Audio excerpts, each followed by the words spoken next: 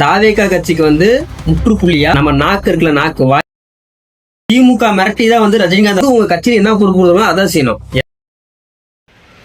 அனைவருக்கும் வணக்கம்.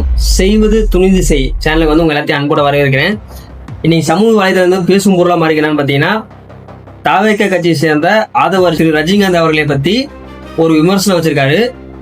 திமுக மிரட்டி தான் வந்து ரஜினிகாந்த் அவர்கள் வந்து அரசியலுக்கு வரல அப்படின்னு சொல்லி ஒரு விமர்சனத்தை வந்து பதிவு பண்ணியிருக்காரு.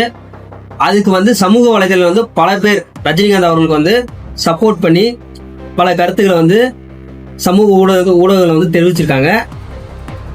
அதை தொடர்ந்து அவர் வந்து 2 நாள்ல அந்த ஆதவர்ஜுனா அவர்கள் சொல்லி அதுக்கு தொடர்ந்து 2 நாள்லயே வந்து பாத்தீங்கன்னா ட்விட்டர்ல வந்து ஒரு கருத்தை வெளியிடுறார். தாவேகா கட்சியை சார்ந்த ஆதவர்ஜுனா அவர்கள் என்னை பற்றி உண்மைக்கு மாறாக பேசி உள்ளார் அப்படின்னு சொல்லியிருக்காப்ல. அதை சொல்லி முடிச்சு அது கீழே வந்து பாத்தீங்கன்னா நிறைய பேத்துக்கு வந்து யார் யார் அவருக்கு சப்போர்ட்டா பேசினாங்க, அவங்களுக்கு அவரை வாழ வைக்கும் ரசிக பெருமக்களான ரசிகர்களுக்கு எல்லாத்துக்குமே வந்து பாத்தீங்கன்னா நன்றி சொல்லிட்டு கீழே வந்து ஒரு வாக்கியம் எழுதியிருக்காப்ல, கவிதை மாதிரி எழுதியிருக்காரு. காலம் பேசாது, காத்திருந்து பதில் சொல்லும், காத்திருந்து யாருக்கு பதில் சொல்லும் அப்படின்னு சொல்லி அவர் சொன்னது வந்து ஒரு சர்ச்சைக்குரிய ஒரு வார்த்தையா வந்து சமூக ஊடகங்கள் வந்து பரவி இருக்குது. அது எப்பவுமே நம்ம ஒரு கருத்து பதிவிடுறோம்னா அதுக்கு மேல வந்து ஒரு ஏதாச்சும் ஒன்று எழுதுவோம், ஹேஷ்டேக் போடுவோம், ஏதாச்சும் ஒன்று எழுதுவோம். ஆனா திரு ரஜினிகாந்த் அவர்கள் என்ன பண்ணியிருக்காங்கன்னா ஃபுல் ஸ்டாப் வச்சிருக்காப்ல, முற்றுப்புள்ளி வச்சிருக்காரு. அந்த முற்றுப்புள்ளி வந்து தாவேகா கட்சிக்கு வந்து முற்றுப்புள்ளியா இல்ல வந்து புள்ளி வச்சு ஆரம்பிச்சிருக்காரா, மறைமுகமா வந்து அவர் ரஜினி ரசிகர்களை வந்து ஓட்டு போடாதீங்க அது மாதிரி சொல்ல வராரா, இல்ல எப்படி பேச வராருன்னு அது அவருக்கு தான் வெளிச்சம். இதுல இருந்து அதாவது ஆதவர்ஜுனா பேசுறது நம்ம ஒண்ணு தெரிஞ்சுக்கலாம். தீயினார் சுட்ட கூன் உள்ளாரும் ஆறாதே நாவினார் சுட்ட வடு. அதாவது ஒரு திருவள்ளுவர் வந்து ஒரு திருக்குறள் இது மாதிரி எழுதியிருக்காரு. அதுக்கு அர்த்தம் என்னன்னா, தீயில சுட்ட கூன் கூட ஆறி போயிடும். நம்ம நாக்கு இருக்குல்ல, நாக்கு வாயிலிருந்து பேசுற வார்த்தைகள் அதுல இருந்து சொல்றது வந்து பாத்தீங்கன்னா காலத்துக்கு ஆறாது. அது மாதிரிதான் தவளை வாயில கிடன்னு சொல்லுவாங்க. அதுக்கேற்ற மாதிரியே வந்து ஆதவர்ஜுனா அவர்கள் பேசி வச்சுள்ளார். அதாவது உண்மையை பேசு, உறக்க பேசு, உறுதியா பேசு, கடைசி வரைக்கும் அந்த நிலைப்பாட்டில் தான் நிக்கணும்.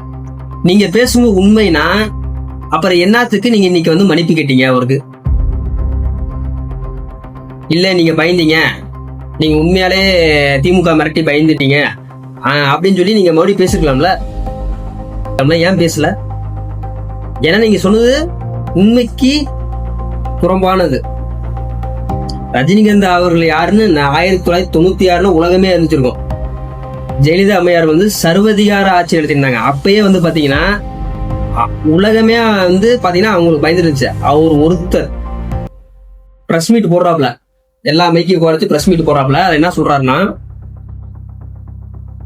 வந்து ஊழல் பண்ணியிருக்கேன், நானும் கருப்பு பணம் வாங்கியிருக்கேன், நான் வந்து அதை ஒத்துக்கிறேன். அது ஒரு குறிப்பிட்ட ஸ்டேஜுக்கு மேலே எனக்கு தெரிஞ்சிச்சு கருப்பு பணம் வாங்கினது தவறு அப்படின்னு தெரிஞ்சிருச்சு. அதுல இருந்து நான் அது வாங்குறது இல்லை அப்படின்னு சொல்லி ஒரு ஸ்டேட்மெண்ட் உலக மீடியா எல்லாத்தையுமே உட்கார வச்சு பேசியிருக்காப்ல. இது மாதிரி ஒரு தைரியம் எவனுக்கு இருக்கு? உங்க கட்சி தலைவருக்கு இருக்கா? உங்களுக்கு இருக்கா? நான் ஊழல் செஞ்சுன்னு ஒத்துக்க உங்களுக்கு தைரியம் இருக்கா? அப்படிப்பட்ட ஒரு மனிதர் எப்படி ஒரு கட்சி மிரட்டி தான் அவர் அரசியலுக்கு வரலன்னு சொல்றது நீங்க நம்புறீங்க? அவர் அரசியலுக்கு வரலன்னு சொன்னதுக்கு வந்து தெளிவான ஒரு விளக்கமே கொடுத்துட்டாப்ல. கொரோனா காலகட்டத்துல இதெல்லாம் வந்து சமாளிக்கணும் அப்படி இப்படி நிறைய விஷயங்கள் பேசியிருக்காப்ல. அது சமூக ஊடகங்கள்ல இருக்கு, அதை நீங்க போய் பார்த்து தெரிஞ்சுக்கலாம். இது மாதிரி ஒரு நம்ம ஒருத்தரை பத்தி ஒரு இடத்துல பேசுறோம்னா அது உண்மையா இருக்கணும். 100% வந்து அதுல வந்து அவங்க அதை பத்தி பேசியிருக்கணும். அதனாலதான் அந்த சம்பவம் நடந்திருக்கணும். அதை பத்தி நீங்க வந்து தெளிவா நீங்க உங்களுக்கு ஒரு விளக்கம் கிடைச்சாதான் நீங்க அவங்கள பத்தி ஒரு பொது மேடையில பேசணும்.